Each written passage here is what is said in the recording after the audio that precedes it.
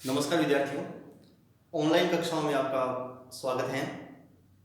आज हम जो है हमारी जो पाठ्य पुस्तक है कक्षा 12 की हिंदी अनिवार्य की सृजन, उसमें हमारा जो दूसरा अध्याय है सूरदास, जो कि ब्रह्मज्ञ से चयनित कुछ पद सूरदास। तो आज हम उसका अध्ययन कर रहे हैं।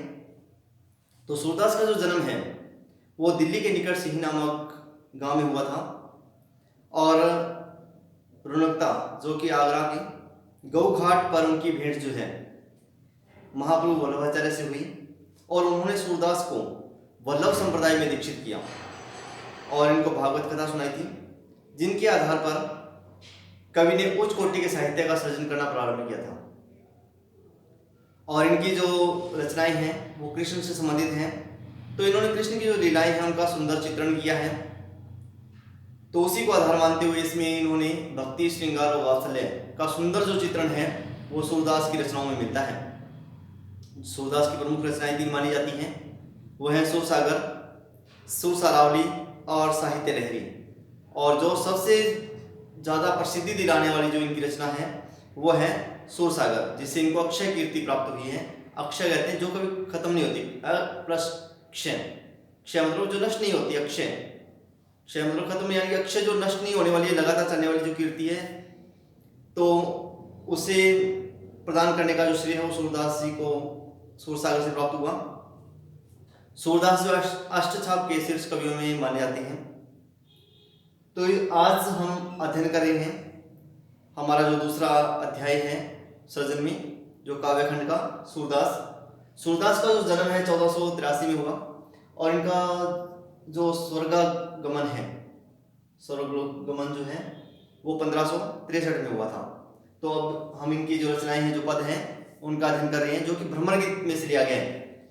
तो भ्रमर गीत जिसमें गोपियों और उद्धव के बीच में जब बातचीत होती है, उद्धव जो है योग संदेश देने के लिए ब्रज में आते हैं मथुरा से, तो उस समय जो गोपियों और उद्धव के बीच में जो बातचीत हो रही है, जो भोली भाली जो ग्वालिनी है, जो अनपढ़ ग्वालिनी है, उनके द्वारा अपने पक्ष को रखते हुए जो उद्धव से तर्क किए जाते हैं, उसी का वर्णन इसमें किया गया है।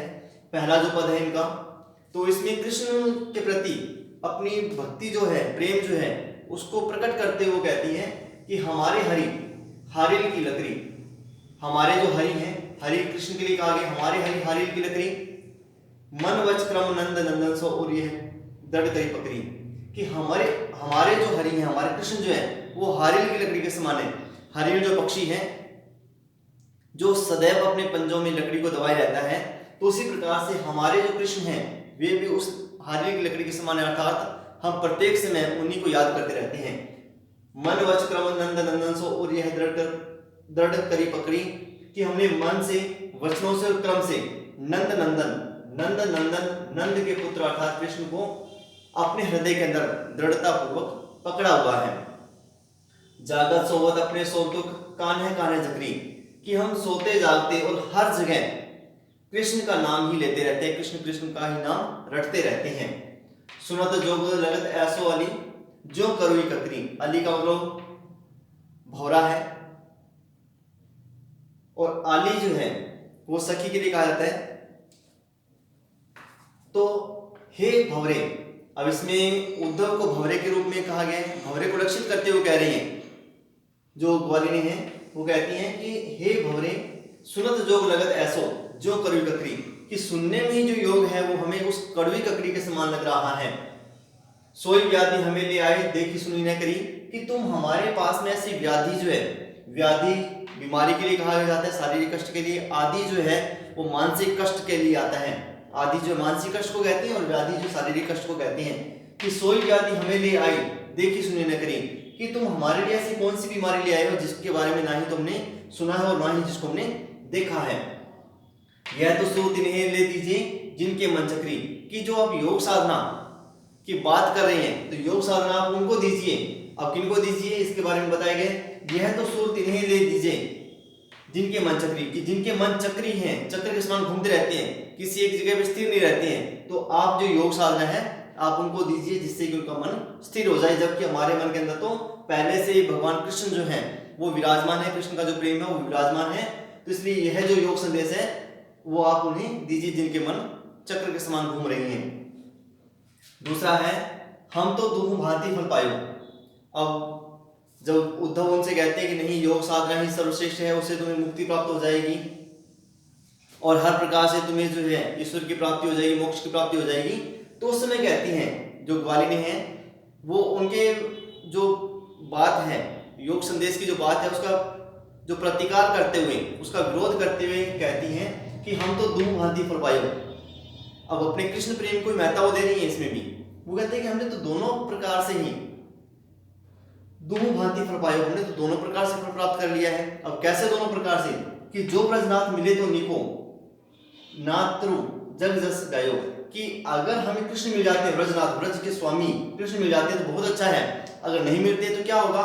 नात्रु जग जस गयो, नहीं तो हम उनके इस गाने के कारण से संसार में प्रसिद्धि को प्राप्त करेंगे, हमारा संसार में उनके भक्तों में नाम हो जाएगा।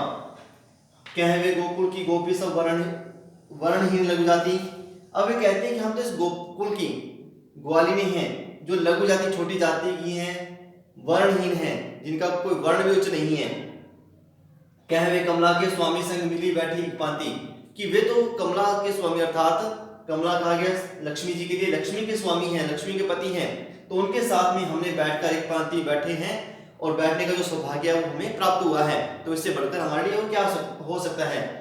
निगम ध्यान मुनि ज्ञान अगोचर ते भय घोष निवासी, कि जो वेदों का अध्ययन करने वाले हैं, मुनि हैं, ज्ञानवान हैं, जो अगोचर हैं, ते भय घोष निवासी, वे भी इसी के ही निवासी हैं, अर्थात वे भी इन्हीं को ही चाहते हैं, इनका ही मनन करते हैं। ताओ पर अब सांच कहो दो मुक्ति कौन की दासी, कि अब आप ही बताइए कि अब इनसे बढ़कर और मुक्ति क्या हो सकती है? कि हर कोई जो है कृष्ण का ही जो सानिध्य है, ईश्वर का जो सानिध्य प्राप्त करना चाहता है, चाहे वह मुनि है, चाहे ज्ञानवान है, चाहे वो किसी प्रकार से भी ईश्वर की आराधना कर रहा है, वेदों का अध्ययन कर रहा है। अब आप ही बताइए, हर कोई जो है वो मुक्ति प्राप्त करना चाहता है, ईश्वर के निकटता जाता है। जोग कथा पा लागो उधो ना को बारंबार। अब गोपी जो है अपनी मन की व्यथा प्रकट करते हुए कहती हैं कि हे उधो, हम तुम्हारे पांव पड़ती हैं कि आप बार बार हमें जो है इस योग की कथा को मत सुनाओ कि योग श्रेष्ठ है, जबकि हमारे लिए तो श्री कृष्ण ही श्रेष्ठ है, उनका प्रेम ही श्रेष्ठ है। सूर श्याम तजी औरत भजे जो ताकि जन्नी छार। अब सूरदास जी जो है ग्वालियों के माध्यम से कहते हैं कि जो श्याम को त्याग कर, कृष्ण को त्याग कर किसी और को भजता है, भजता मतलब उसका भजन करता है, भक्ति करता है, जो ताकि जन्नी छार, तो उसकी जन्नी क्षार है, अर्थात उसकी जन्नी जो है वह क्षारहीन है, अर्थात उसकी माता का जो कोई औचित्य नहीं है। तो ऐसे ऐसे बताने का प्रयास किया गया है कि हर प्रकार से जो कृष्ण है तो उनकी आराधना करने से, उनका प्रेम जो भक्ति करने से हमें जो है, अब ग्वालिनी कहती है कि ब्रज नाथ अगर मिल जाते हैं तो सर्वश्रेष्ठ हैं, अगर नहीं मिलते हैं तो इस संसार में हम उनके प्रेम के द्वारा अमर हो जाएंगी। तो ऐसा वर्णन इसमें किया गया है। तो ये थे सूरदास जी के द्वारा लिखे गए जो पद हैं, उनका हमने अध्ययन किया है, जो कि भ्रमर गीत में से चयनित है। धन्यवाद।